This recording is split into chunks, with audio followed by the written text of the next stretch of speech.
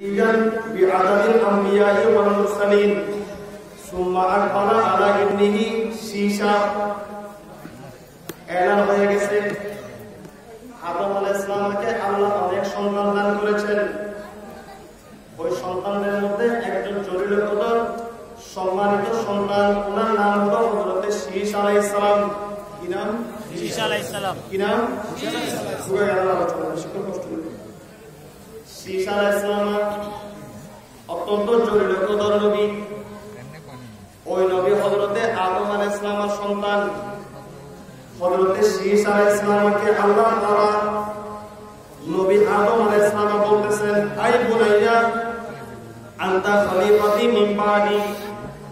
আমি আদম জমিন থেকে যাওয়ার পর 1000 বছর হায়াত পেয়েছি। কয় বছর? 1000 বছর। আমি আদম দুনিয়া থেকে যাওয়ার পর আমার খলিফা হবে হযরতে শীশ। কে খলিফা হবে? শীশ। তোমার ছেলে, কার ছেলে? আদম আলাইহিস সালামের ছেলে। আমি জমিন থেকে যাওয়ার পর, হে শীশ আমার সন্তান শোনো, তুমি আমার স্থলাভিষিক্ত হবে, আমার প্রতিনিধি হবে। তোমাকে আল্লাহ নবুয়ত দান করবে, তোমাকে দ্বীনের কাজের জন্য আল্লাহ মনোনীত করবে। ফাখুযহা বিইমারাতিত তাকওয়া। আমি তোমাকে খেলাফত দিয়ে গেলাম, আমি তোমাকে দ্বীনের দায়িত্ব পালন করার জন্য দায়িত্ব দিয়ে গেলাম। কিন্তু নসিহত করতেছি, শুনো, আমার এই দায়িত্বটা দ্বীনের দায়িত্ব, ধর্মের কাজের দায়িত্বটা ভালো করে মজবুত করে ধরো। এটাকে সাধারণ মনে করিও না, হালকা মনে করিও না। সুন্দরভাবে দ্বীনের কাজ পরিচালনা করতে হবে, দ্বীনের কাজ সুন্দরভাবে পরিচালনা করবে। ফাখুযহা বিইমারাতিত তাকওয়া ওয়াল উরওয়াতিল উসকা। কিন্তু আরেকটা কাজ তোমাকে দেওয়া হচ্ছে, সুবহানাল্লাহ, সুবহানাল্লাহ, আরেকটা কাজ দেওয়া হচ্ছে তোমাকে, দেওয়া হচ্ছে সালাতুনিয়া রাসূলুল্লাহ।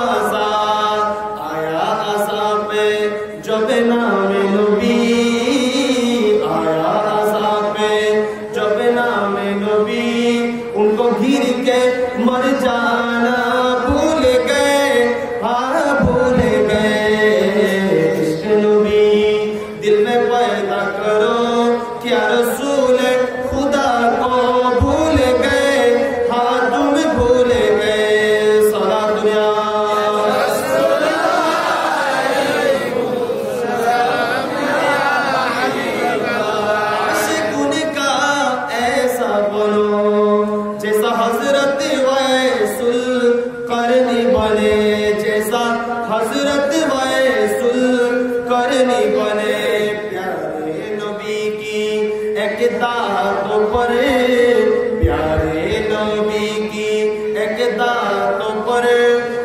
बद्री से गिराना भूल गए, हाँ भूल गए। इश्क नबी दिल में पैदा करो, क्या रसूल खुदा को भूल गए, हाँ भूल गए।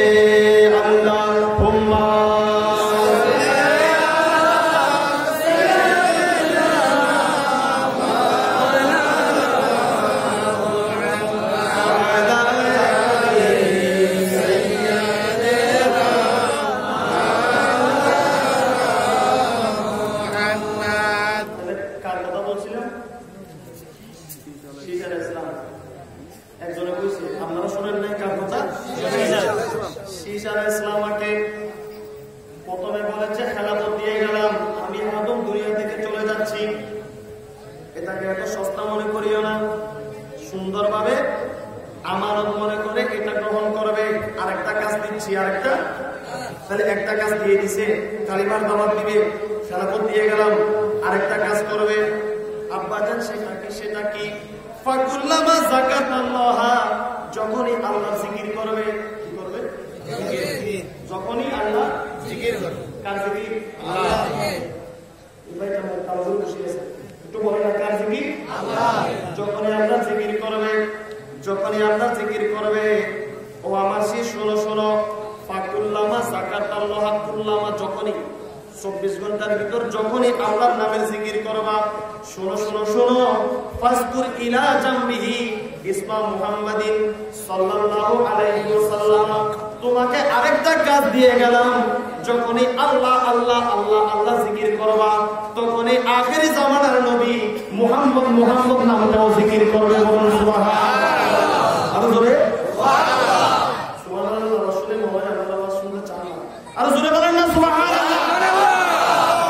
তাহলে আল্লাহ জিকিরের সাথে নবীর জিকির করা কার সুন্নাত? নবীদের সুন্নাত। কার সুন্নাত? অনেকে বলে এখন লা ইলাহা ইল্লাল্লাহ মুহাম্মাদুর রাসূলুল্লাহ বলিও না, শিরক হয়ে যাবে।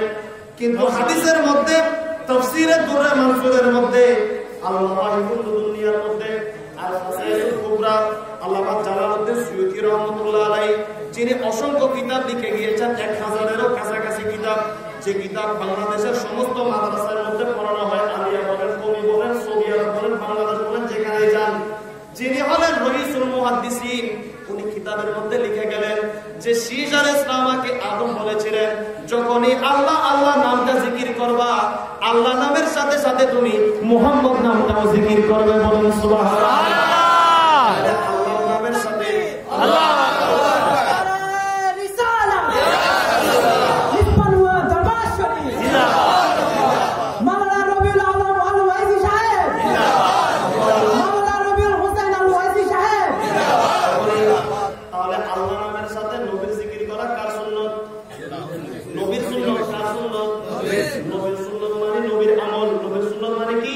আমল।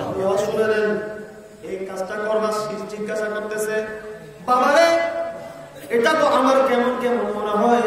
আল্লাহ জিকির করতেছে, আল্লাহ বলো আল্লাহ মহান, আল্লাহ বলে জমিনের মধ্যে নবীদের মধ্যে তোমার পজিশন সবচেয়ে বড়, কারণ তুমি বলে আল্লাহ খলিফা, ইনি চাইরুল ফিলারদে খলিফার মেজদাকে, আপনি বলেন বাবা আদম শরাফত ওয়ালা নবী, আপনার পরে খেলাফত পাইলাম কে? আমি শীশ আলাইহিস সালাম। বাবা আপনার নামটা তো জিকির করতে বলেন নাই, আপনি বলেন আল্লাহর নবী, কিন্তু এমন একটা নাম জিকির করতে বলতেছেন যে নামটা আমি জানি না, চিনি না, এটা কার নাম? এটা কোত্থেকে পাইলেন? তখন আদম আলাইহিস সালাম বলতেছেন, সন্তান রে আমার শোনো, ফাইনি রাআইতু ইসমাহু মাকতুবান আলা সাকিল আরশে, আমি আল্লাহর আরশ পর্যন্ত যাওয়া, আরশের খুঁটি পর্যন্ত যাওয়া আমার সুযোগ হয়েছে। আমি যেদিন আল্লাহর আরশের খুঁটি পর্যন্ত গিয়েছিলাম, আমি ওই জায়গার মধ্যে দেখেছিলাম আল্লাহ নামটার সাথে মুহাম্মদ নামটা লেখা আছে। বলুন সুবহানাল্লাহ। আদম আলাইহিস সালাম গোপন কথা পাস করতেছে, এখনো আমাকে বানানো হয় নাই, আমি মাটির মধ্যে ছিলাম, আমি পানির মধ্যে ছিলাম, আমাকে এখনো অবয়ব দেওয়া হয় নাই, কিন্তু পরে আমাকে যখন বানানো হইল, এমাকে রাজকি তোমার সুম্মা ইন্নী তুরতুস সামাওয়াতা ফালাম আরা ফিস সামাওয়াতি মাওদিআন, আমি আসমানের মধ্যে তাওয়াফ করতাম। আসমানের মধ্যে কি করতাম? তাওয়াফ করতাম। আমি আসমানের মধ্যে চারিদিকে ঘুরতাম, আমি চারিদিকে বেড়াইতাম। ফালাম আরা ফিস সামাওয়াতি ওয়াদিআন ইল্লা রাআইতু ইসমা মুহাম্মাদিন মাকতুবান, সন্তানরে শোনো শোনো, তুমি তো জান্নাত দেখো না, আসমানে যতগুলি আসমানের কিনারায় কিনারায় যতগুলি আসমান আমি তওয়াফ করেছি, প্রত্যেকটা আসমানের গায়ে গায়ে আমি মুহাম্মদ নাম লেখা দেখেছি। বলুন সুবহানাল্লাহ।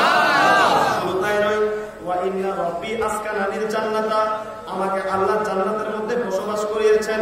ফালাম আরাফিল জান্নাতি কাসরান, জান্নাতের এমন কোনো ঘর নাই, কাসরান মানে কি, এমন কোনো ঘর নাই, এমন কোনো রুম নাই। ওয়ালা গুরফাতান, কাসরান এমন কোনো দুর্গ নাই, এমন কোনো ঘর নাই, এমন কোনো রুম নাই। ইল্লা ইসমা মুহাম্মাদিন মাকতুবান, জান্নাতের প্রত্যেকটা রুমে রুমে, প্রত্যেকটা ঘরে ঘরে মুহাম্মদ নাম তারা আছে। বলুন সুবহানাল্লাহ। ইসমা মুহাম্মাদিন মাকতুবান আলা হুরিল ইনি। শুধু তাই নয়, জান্নাতের মধ্যে যতগুলো হুর ও কালমা আছে, প্রত্যেকটা হুর ও কালমার কপালের মধ্যে চোখে চোখে আমি আল্লাহর নামের সাথে মুহাম্মদ নামটা দেখেছি। বলুন সুবহানাল্লাহ। সুবহানাল্লাহ। বারাকাল কাসাবে আজামিল জান্নাতে, জান্নাতের মধ্যে গাছ আছে। কি আছে? গাছ। জান্নাতের মধ্যে গাছ আছে। জান্নাতের মধ্যে যতগুলো গাছ আছে, প্রত্যেকটা গাছের পাতায় পাতায় আমি মুহাম্মদ নামটা দেখেছিলাম। ওয়ালা বারাকিস শাজারা তুবা, জান্নাতের সবচেয়ে দামি গাছ, জান্নাতের সবচেয়ে দামি গাছ। কথা বোঝা যায়? কথা বুঝতেছেন? জান্নাতের সবচেয়ে দামি গাছ, যে গাছটার নাম হলো তুবা গাছ। আমি ওই তুবা গাছে দেখলাম, এমনি তো অন্য গাছের পাতায় পাতায় দেখেছি, কিন্তু জান্নাতের যেটা সবচেয়ে দামি গাছ তুবা গাছ, ওই তুবা গাছের গোড়া থেকে শুরু করে আগা পর্যন্ত গোটা গাছের ছালে ছালে বাকলে বাকলে আমি মুহাম্মদ নামটা দেখতে পেয়েছি। সিদরাতুল মুনতাহা, সিদরাতুল মুনতাহা, সিদরা একটা গাছের নাম। কিসের নাম? গাছের নাম। মানুষ একটা মারা গেলে তো সিদরা গাছ থেকে পাতা একটা ঝরে পড়ে, মানুষ একটা জন্ম নিলে সিদরা গাছের মধ্যে একটা পাতা জন্মায়। এবং এই সিদরা গাছটা জিবরিল আমিন ঘুরে শেষ করতে পারে নাই, কিন্তু আবু বকর সিদ্দিক চোখের এক পলকের মধ্যে ওই গোটা গাছটা দেখে জান্নাত সফর করেছে। বলুন সুবহানাল্লাহ। তার মানে বুঝাতে চাচ্ছি, ফেরেশতার চেয়ে মানুষের শক্তি বেশি, ফেরেশতার চেয়ে মানুষের শক্তি বেশি, ফেরেশতার চেয়ে দাঁড়ায় শক্তি বেশি। এটা ওখানে ঢুকলে আর বাইরে পাবে না, এগুলো করতে পারবো না, দাঁড়ায় করতে পারবো। যতটুকু বললাম ততটুকুতে আল্লাহ আমাদের তৌফিক দান করুন। আমিন। আর জোরে আমিন। আমি তুবা গাছের গোটা গাছের মধ্যে আমি মুহাম্মদ নাম দেখেছি। সিদরাতুল মুনতাহা যেটা জান্নাতের গাছ, ওটাতে মুহাম্মদ নাম দেখেছি। ওয়ালা আতরাফিল হুজুবি, আল্লাহর ৭০,০০০ নূরের পর্দা আছে।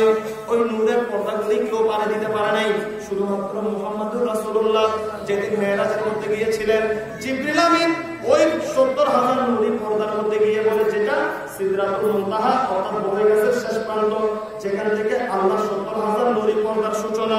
জিবরিল আমিন বলে, হুজুর আমি আর চাইতে পারবো না, ৭০,০০০ নূরের পর্দা অতিক্রম করা আমার পক্ষে সম্ভব নয়। বলুন সুবহানাল্লাহ। আল্লাহ সুন্দর করে বলেছিলেন কি, কাহা জিবরিল নে সিদরাত তলক মেরি রসাই है कितनी मंजिली आगे। আল্লাহু আকবার। আল্লাহু বলেন না, আল্লাহু আকবার। নবী পরিচয় নিয়ে নেন, है कितनी मंजिली आगे, नबी जाने खुदा जाने, खुदा की अजमत क्या है, मोहम्मद मुस्तफा जाने।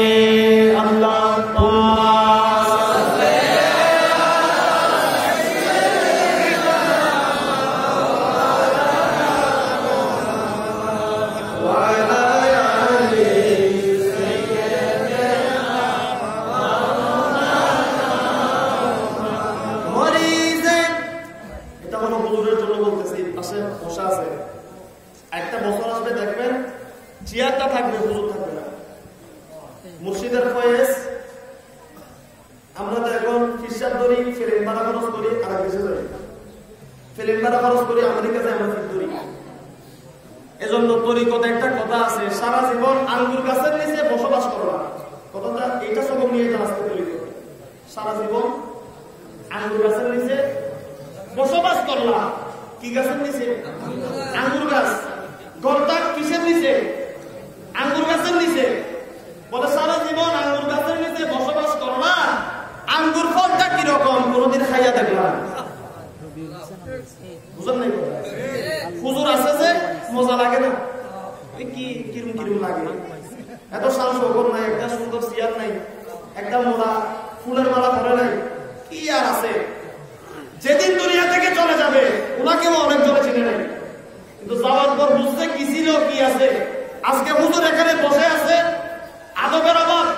ফয়েজের অভাব, প্রেমিকের অভাব চিনা যাচ্ছে না, বোঝা যাচ্ছে না। যেদিন চলে যাবে সেদিন আপনিও বলবেন যে ঠিকই হুজুর, আঙ্গুর গাছের নিচে বসবাস করছিলাম। হুজুরের ভিতরে কি আছে, হুজুর কতটুকু দিতে পারে, হুজুর কিরকম ফয়েজ দিতে পারে, হুজুরের কদমের মধ্যে যাইয়া তো কোনোদিন দেখলাম না। দুর্ভাগা, দুর্ভাগা যে চিনতে পারবে না, যে কেন চিনলি না রে মন, কেন চিনলি না রে মন, আমার হুজুর কেবলা গদি নসীন মাওলানা কেমন। ওই সুবহানাল্লাহ তো বলেন না। আমাদেরকে কে কইছে হুজুরের সামনে এসে বসার জন্য? আমার তো ভিতরে কাঁপতেছে। কেন চিনলি না রে মন, আমার হুজুর কেবলা গোলাম জিলানী মাওলানা কেমন। আরো জোরে বলতে হবে সুবহানাল্লাহ। কেন চিনলি না রে মন, কেন চিনলি না রে, কেন চিনলি না রে, আমার হুজুর কেবলা মুর্শিদ কেবলা মাওলানা কেমন, আমার হুজুর কেবলা মুর্শিদ কেবলা মাওলানা কেমন। সালাতুল্লাহ সালাম ইয়া হাবিবাল্লাহ। আকাশ বাতাস ওয়ার দেব দেবতা তাবেদার, আকাশ বাতাস ওয়ার দেব দেবতা তাবেদার, যাহার প্রেমেতে চলে, যাহার প্রেমেতে চলে এই ত্রিভুবন, কেন চিনলি না রে মন, কেন আমার সৈয়দ কেবলা মুর্শিদ কেবলা মাওলানা কেমন, কেন চিনলি ধরে ধরে, কেন চিনলি না রে মন, কেন চিনলি না রে মন, আমার হুজুর কেবলা মুর্শিদ কেবলা মাওলানা কেমন, আমার হুজুর কেবলা মুর্শিদ কেবলা মাওলানা কেমন। ঠিক আছে, ঠিক আপনি গোসলকে বুঝলেন? তোমরা কিছু বলবা? কি বলবা, কি বলবা? হয়ে যাবে, হয়ে যাবে, নির্দিষ্ট টাইমে হয়ে যাবে। প্রশাসন ভাইরা আসে আর বসে থাকবে, হুজুর মশলা করবেন। আলহামদুলিল্লাহ বলেন ইনশাআল্লাহ। এখানে হুজুর কম আছে, হুজুর না থাকলে তাও দেখলাম। হুজুর যেহেতু আছে আমার ইমানে বিশ্বাস কিচ্ছু হবে না ইনশাআল্লাহ। আর 10 মিনিট এদিকে সেদিকে গেল, তারা বলবে তো হুজুর এমনি বলছিলাম, আরো কিছুক্ষণ চললে আমরাও উপকৃত হতাম। আলহামদুলিল্লাহ, আলহামদুলিল্লাহ। তো দেখতেছি কারণ আমরা তো আশেপাশে কথা বলি না, ঠিক না বেটি? ঠিক না বেটি? গোসে পাকের দরবারে, গোসে পাকের একজন মুরিদ রাতের খানার ব্যবস্থা করছে। এই গভীর মনোযোগ, অন্যদিকে খেয়াল, যুবক ভাইরা বেশি খেয়াল করো, কথা খেয়াল করো। টিকটক দেখলে হবে না, মোবাইলে টিকটক বানাও, তাহলে হুজুরকে নিয়ে সাইড দেবেন, এগুলো শুনলে হবে না। পানুয়া দরবার এখনো হকের উপর আছে, পানুয়া দরবার এখনো বরবাদ হইয়া যায় নাই, পানুয়া দরবারের বিশ্বাস এখনো সুন্নতের উপরে আছে। আরে 2 দিন 4 দিন 1 মাস টিভি দেখতে হয় না, আপাত মস্তক দেখলেই বোঝা যায় আমার যে হুজুর শুয়ে আছে তিনিও হকের উপর ছিলেন, উনিও হকের উপর আছে, উনাদের পরবর্তীরাও হকের উপর থাকবে। আল্লাহ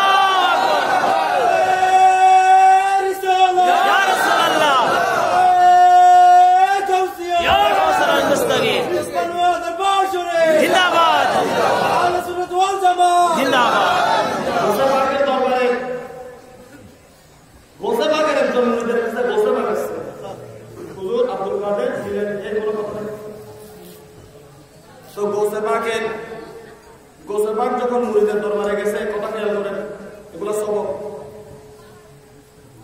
একজন মুরিদ দিছে, তুমি গোসে পাক আব্দুল কাদের জিলানী কি করো, খেদমত করো। উনি ফিরকে দেখে কাটতেছে, আমি গোসে পাক আব্দুল কাদের জিলানী খেদমত করতে পারবো না। আমাদের দেশে কিছু লোক আছে, আমাদের দেশে কিছু কি আছে, লোক আছে মনে করেন আমার সাথে এখন লাইন আছে, দেখতেছে আমার থেকে বড় একজন উচ্চ পদস্থ প্রশাসনের কাউকে পাইছে, ভিতরে ভিতরে একটা টেলিফোনে একটা লোক লাইন দেয়। নেতা যদি সে মারাজে লাঠি দূরে কইছে কে আর কাছে আইবে, তুই তার মাধ্যমে পাতি নিয়ে ঠিক না? উনি বলতেছেন গভীর মনোযোগ, সন্তান হিসেবে আসছিল, চাইলে কথা পাবেন না। আমি তরিকত করিবিতে আমি কথা বলতে পারি, আমি একটা প্র্যাকটিক্যাল লাইনে খেলোয়াড় হয়েছি, মাইসুর করে সুবহানাল্লাহ। উনি বলে হুজুর আমি তো গোসে পাকের মুরিদ না, অথচ গোসে পাকের বেলায়েতের মুকাম গোসে পাক বলতেছেন। আমি যদি আমার বেলায়েতের চক্ষু দিয়ে জমিনের দিকে তাকাই ওয়ালা লাকাই তুজিলি ফাওকা মাদিন লাকামা বিকুদরাতিল মাওলা তাআলা, আমি যদি আমার কুদরতের নজরে মুর্দার দিকে তাকাই, মুর্দা মরা থাকে না, মুর্দা মানুষের মতো চিন্তা হয়ে কথা বলে, ওই ধরনের গোসে পাককে খেদমত করার জন্য দিচ্ছে। মুরিদ বলে হুজুর আমি খেদমত করতে পারবো না। পীর সাহেব চক্ষু লাল করে ফেললেন। তোমার দাদা পীর বলে তো হুজুর আমি যাবো না। কেন যাইবে না, কেন যাইবে না? বলে হুজুর রে আমি তো আর মানুষের মতো মাছের মধ্যে বসে রশি ধরে বায়াত হয়ে নাই, আমি তো বায়াতে বরকত নেই নাই। বায়াতে বরকত মানে বুঝেননি? হুজুর আপনাদেরকে দিচ্ছে বায়াতে বরকত, বরকত বুঝেননি? বরকত মানে 300 বার ইল্লাল্লাহ করিও, 100 বার দুরূদ শরীফ করিও, মাগরিবের পরে 100 বার আল্লাহ আল্লাহ করিও, ওইটা হলো বায়াত। আমার বরকত, ওই বরকত নাও। এতটুকু যদি করতে পারো তুমি জান্নাত পেয়ে যাবে। কি পেয়ে যাবে? জান্নাত। কি পেয়ে যাবে? জান্নাত। কতটুকু? কতটুকু? আল্লাহ আল্লাহ লা ইলাহা ইল্লাল্লাহ এতটুকু যদি জিকির করতে পারো কি পেয়ে যাবে? জান্নাত পেয়ে যাবে। কিন্তু হুজুর কি বায়াত আলাল বরকত দিয়েছে, বায়াত আলাল বরকতে জান্নাত পাওয়া যায়। কিন্তু যদি খাজা ওসমান হারুনের কদমের মধ্যে বসে পাকের মতো, খাজা আজমিরের মতো মানুষ যখন ওসমান হারুনের কদমের মধ্যে চলে যায়, ওসমান হারুন তখন আর কাউকে মুরিদ বানায় না, একজনকে মুরিদ বানায়। বরকত মানে যত পীরসাব আসুক না কেন সকলের কাছে মাছের মধ্যে বসে রশি ধরে মুরিদ হতে পারবেন। কিন্তু পীরসাব যখন বায়াত আলাল এরাদা করবে, বায়াত আলাল এরাদা বরকত হলে বছরে পীরসাবকে একবার দেখার জন্য আসা যায়, সপ্তাহে একবার আসা যায়, কোনো সমস্যা হয় না। গরু মহিষ পাঠাইলে পীরসাব খুশি হয়ে যায়। এটা বায়াত আলাল বরকত, যে বরকত দিলাম এতটুকু করলে জান্নাত পাইয়া যাইবা। কিন্তু যদি মুর্শিদের কদমের মধ্যে থেকে বায়াত আলাল এরাদা নিতে পারেন, মুর্শিদরে আমার কুকুর যেরকম ঘরের দুয়ার থেকে যায় না, আমিও তোমার কদম ছেড়ে কোনোখানে যাবো না। বলুন সুবহানাল্লাহ। এটাকে বলা হয় বায়াত আলাল এরাদা। ইমাম আহমদ রাজা খান ফাজিলে বেরলভী আলাইহির রহমাহ বায়াত কিতাবের মধ্যে উল্লেখ করেছেন, ওই বায়াত আলাল এরাদা যখন হয়ে যায় তখন ওই মুরিদ আর পীরকে ছাড়া কিছু বোঝে না। তখন তার পীর তার জন্য নবী হয়ে যায়, তার পীর তার জন্য খোদার কদম হয়ে যায়, তার পীর তার জন্য কাবা হয়ে যায়। অর্থাৎ মুর্শিদের প্রেমের মধ্যে এমন ভাবে ফানা হয়ে যায়, ফানা